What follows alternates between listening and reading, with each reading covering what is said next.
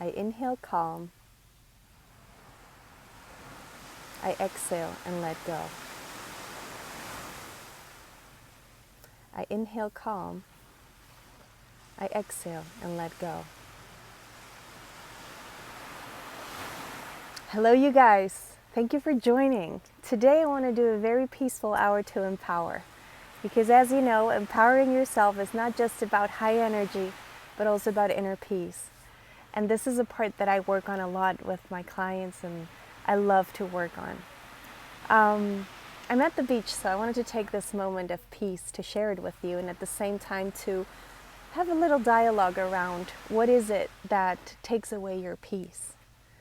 What is that thing that you're so used to doing, that pattern that you live by, that takes away your peace? Here's a little exercise for you to take with you for any time when you need to just simply stop for a second and reconnect with your peace. I inhale calm. I exhale and let it go. I inhale calm. I exhale and let it go. So how many times a day are you aware of your body? How many times a day do you take a pause with yourself? I bring this conversation today because this morning we had our clubhouse session on living with intention, and there was a conversation about hyperproductivity.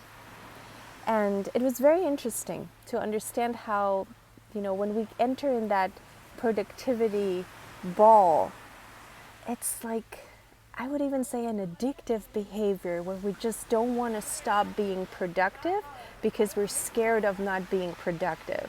So we only allow either hyperproductivity or rest. But throughout the day, we don't allow us to take a break. And we have to remember that every time we behave that way, we're not giving ourselves the space for self-care. So what happens to the people that are hyperproductive? What do you think is the main reason why hyperproductive people stop being hyperproductive? What would you say is the main reason? Hi, Chris, good to see you. Long time, I know. I'm not sure if the connection is that great here, so it might be a little slow, but that's okay. What's the main reason that you would say people are stopping that hyperproductivity behavior? Well, it's unfortunately health issues. They get sick. Until they don't get a scare where they have a heart attack, which would be a very severe version of it. But one of the things, because hyperproductivity creates so much stress, what happens is that you get things like pains in your arms. So it's so beautiful even how the body says stop, because the arms won't lift. It's like even this hurts because you're so hyperproductive, your body is responding to that. And there's nothing really wrong or right with productivity in itself. Is it bad or good? I don't know if it's bad or good. But what's bad about it is the way we relate to productivity. It's the way we annihilate ourselves, we disappear from the equation, and it's all about the end result. What we do with that is we eliminate our own existence. There's no presence, there's no awareness, there's no consciousness, there's just productivity. Now, this is not the same as what happens with, for example, an artist, a musician. They create music and they're so laser focused with music and art that, 17 hours later, they're still painting, they're still doing what they were creating. But it's another way of being productive because that is flow. That's not productivity. There is no stress in it. There's creativity. There's joy in it. There's excitement in what the end result might be. It's not the stress of having to create something that is not allowing you to be happy until it's done. It's more the fascination of what may happen now when you're finally creating something. So that's why we don't compare productivity that happens in the workspace to what happens on an artistic level, right? On a creativity level. In a creativity level, you also have that stress mode. Of course, artists may have that pressure sometimes where they're not being creative enough, and then they become productive, no longer creative. Then there's no flow, there's stress and pressure. Now, here is something for you to take so that you can, if you're the kind of hyperproductive person, and I have been that person, so I know very well what I'm talking about, where you're so demanding on yourself and your perfectionism levels are so high that your happiness is gone, your joy is gone, your inner peace is gone. You don't even know what that is anymore. Go to your body. Listen to your body. So I just wanted to give you some ideas on small, very small steps that you can take towards this, which is self-care, which is stepping away of this addiction to productivity. And I call it addiction because I know that you guys can relate to somebody who's so obsessed with productivity that they'll freak out if they're not producing. You know, the person who's on their phone and they have an email and they have to respond to that email immediately. And you're like, you know, doesn't really matter, it's midnight, like you can respond to this tomorrow, but this person cannot let that go. And throughout the day, this person will probably not have a single moment of awareness. So this is what I want to bring to you. If you feel any kind of connection with this idea of hyperproductivity, what can you do? And this is even for anybody. You know, sometimes we go throughout our days and we don't, at the end of the day, we're like, wow, I did all these things and I didn't even realize. Like, and the next day you're like with pain in your neck and your body. So let's avoid that, right? Let's be more aware. Let's be conscious about what we're doing and how we're living. And if you want to choose productivity in your life, that's fine. But you don't need to eliminate your own self-care to be productive. So little things to do. The first one, very simple. How much water do you drink throughout the day? Do you know? Can you tell me at which moment of the day you were drinking water? Did you stop and say, now is the time to hydrate and drink water and feel that water in your body coming in? Because this is what I want to invite you to do. If you're not even used to this, if this sounds totally Russian to you, then maybe you want to put an alarm every hour to drink water and just become familiar with the idea that no matter what you're doing, you always have to give yourself this care and love. And water is what's going to symbolize this beginning of a new journey, of a new relationship with yourself. Hydration can change so many things. I mean, we are water, so giving ourselves water is healing ourselves, right? It's the first step towards a lucid mind. When we dehydrate, what happens to us? We start seeing things, you know? It's when you become, the worst version of dehydration is when you're totally not here anymore and you start seeing things and imagining things because your brain is no longer functioning well. So water is so important to our bodies. So let's drink water every hour. That's the first compromise.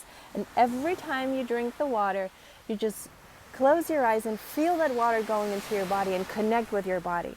Probably when you do this, you'll already notice parts of your body where there's tension, where there's pain.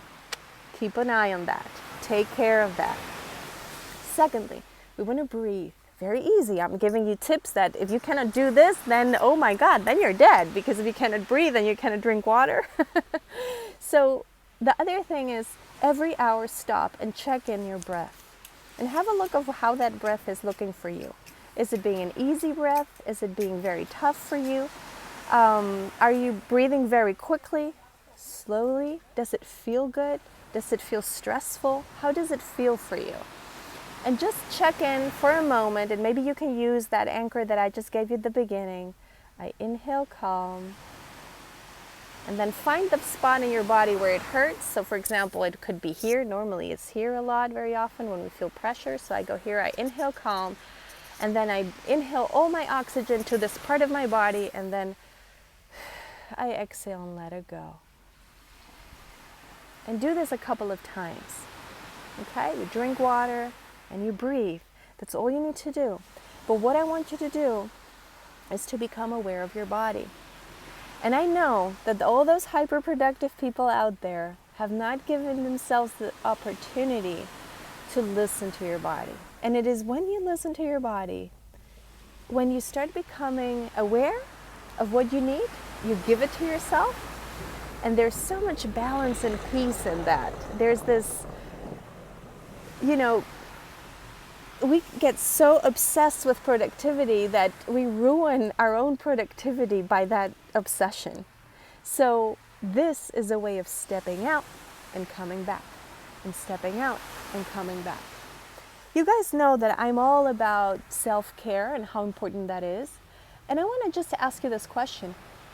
How many, and I hope hours, but maybe it's not even hours, how much time a day do you spend in your self-care? And it includes these kind of things, like throughout the day, every morning I spend 30 minutes meditating, and then I go and do my work. And after 3 hours of work, I take a pause and I go for a walk. And then I come back to work, and I spend another 3-4 hours working. Then I take another pause and I cook my nice meal, very healthy meal for myself. And I choose healthy food to take care of my body. And then I go back to work. And when I work, I always appreciate my work. I feel gratitude. And when I finish, I give myself a time to exercise and work on my body. And all these different things. And I call a friend because I want to feel love and connection. I love that joy that my friend brings to me. I choose people wisely around me so that I am energized, loving, and happy. All these things are so important for self-care, but we just do them one day a week, or we don't even do them every week. What I want to invite you to do is to do it every single day, to create routines of self-care in your daily life, so that you don't become a slave of this productivity, but it's the contrary. The productivity serves you. And I want you to create that switch in the perspective. Am I a slave of productivity, or does productivity serve me? And that's why self-care is not a selfish thing, because when we do things from a self-care perspective, there's love in everything we do. And there's no bigger peace than that feeling of love and gratitude every single day, every single minute of the day. That's why we want to stop and look at how we're feeling and bring that back and bring that back and bring that back. But if this is totally new to you, just start with the 2 things that I told you. Start with drinking water every hour. Stop, drink water, and just feel how that goes through your body. And check in with your body. How is your body feeling right now? And keep going. And then breathe, breathe. I inhale calm, I exhale and let it go. I inhale calm, I exhale and let it go. And do that throughout the day for a whole week, every single day. And I can assure you, you'll see a huge shift in your energy, in the way you approach your productivity. There are so many more things I'd like to help you with when we talk about this productivity and perfectionism. If this is an issue for you, if you really feel that you need help, please reach out. I can help you with that. Or find a coach or somebody who can help you, because this is not a joke. Hyperproductivity can lead to disease, and sometimes to chronic diseases. We don't want that. We don't want that to happen. We want to be healthy. We want to thrive. We want to enjoy life. We want to be here and look at the ocean and just simply feel the peace of the ocean and not the stress of our productivity. So I hope this helps. I wish you a wonderful, wonderful rest of your day. Yolanda, thank you so much. I love your ideas. Drink water, breathe. Thank you, Yolanda. Chris, yes. Chris says, good tip. Drinking water is very important for avoiding stress. It looks so simple, but it's so true. Just try it and do it. And do it every single day. Let me know how it goes.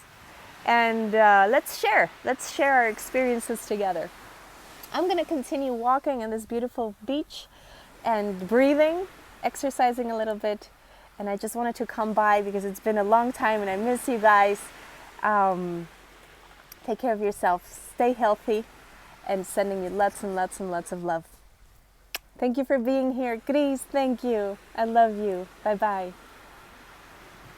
I'm gonna leave you with the ocean a little bit if you want to enjoy it. And just use this moment to listen to the ocean and relax and maybe find some peace if you need that now.